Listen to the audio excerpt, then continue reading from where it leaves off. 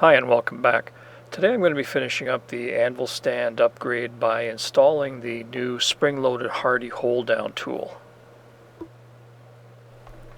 To get everything to line up, I'm going to need to place the hinge of the lift arm on one side of the workstation bracket and the spring-loaded grab hook and the lift handle on the other side. So the first thing I need to do is cut a square hole in the bracket that'll allow the lift arm to pass through the middle of the bracket. Now I don't have a plasma cutter, so I'm using my angle grinder to cut the long sides of the hole first. By cutting from both sides, I can get pretty much all the way through on the long sides. And then I use an angle grinder to score the ends as deeply as I can without crossing the layout lines.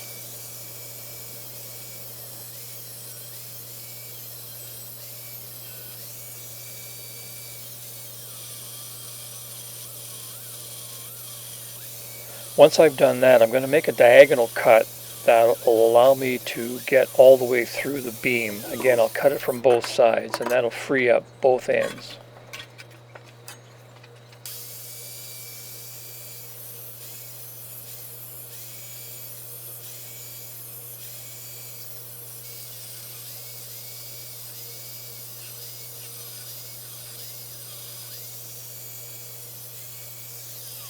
Now I have to be honest with you, this part is a reenactment. I didn't have the camera running when I broke out the original pieces, so I welded them back in place and I'm hammering them out for it. But this is exactly how it looked when I broke them out, only I was using a 4-pound hammer, not the 1-pound hammer that sneaks into the shot every once in a while.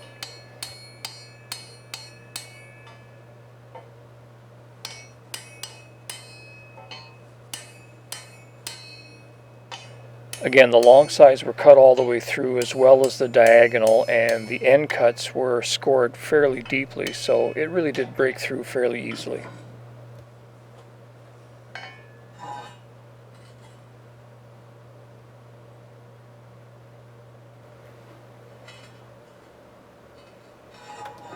I was going to turn it over here to show you the other side, but then I remembered that I welded it, so I decided not to.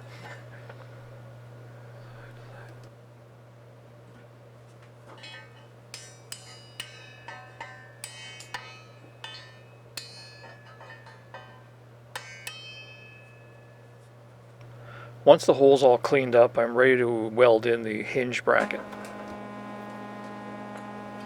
Here I'm demonstrating the backyard mechanics solution to not having a rod oven.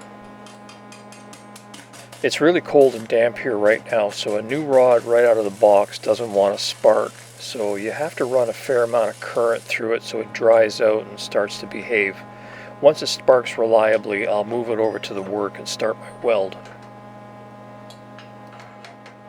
If I tried to start a cold rod at the weld location, it would hammer everything out of alignment.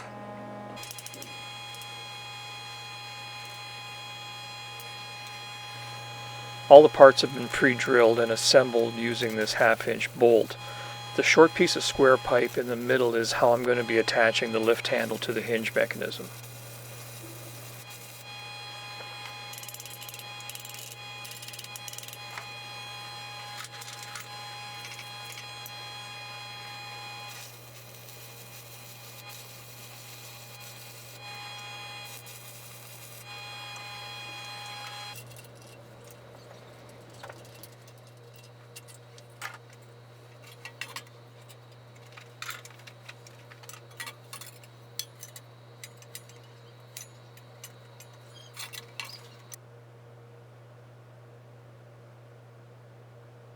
Next I need to build the spring holders. I'm just using a short length of 1/8-inch plate, and I've notched them out roughly with the angle grinder.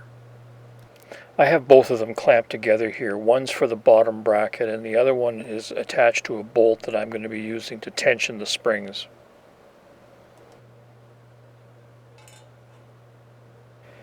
Here I'm using the arm on my welding station as a third hand to apply a little bit of pressure to keep everything in place so I can weld it.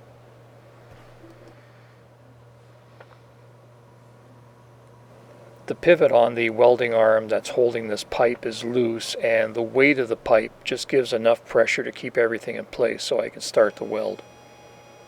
Here again you can see how I'm starting the arc off to the side and then dragging the arc over to the piece so that I don't knock anything out of alignment. Once the bracket is made, I use the same setup to weld it to the beam.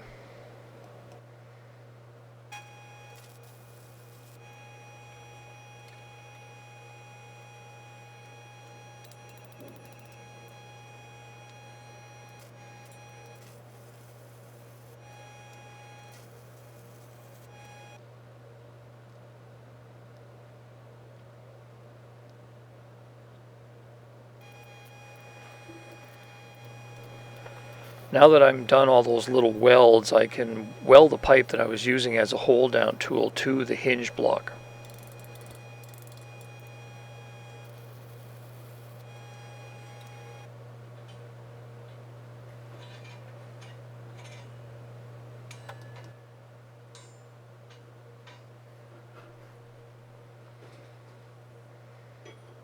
The grab hook is just made by cutting a notch in a short piece of angle iron. The teeth are really easy to shape if you set it up this way in the vise.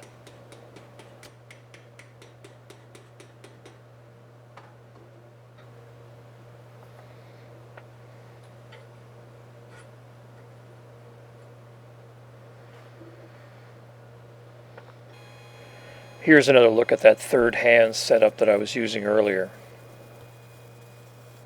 Here I'm just using a heavy hand fuller to apply the downward pressure that I need to hold the grab hook in place, but any bar will do.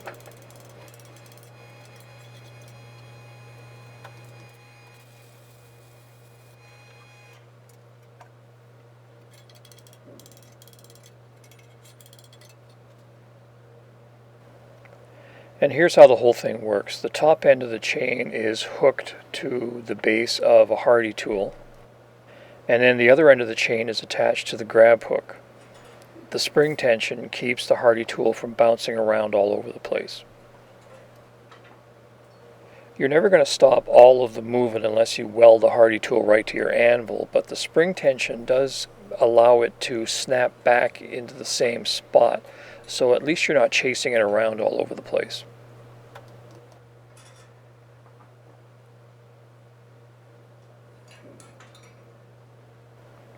I have the tool caddy moved out of the way here so you can have a clear shot at what's going on, but there's lots of room to reach down in between the tool caddy and the workstation bracket to set up this Hardy tool.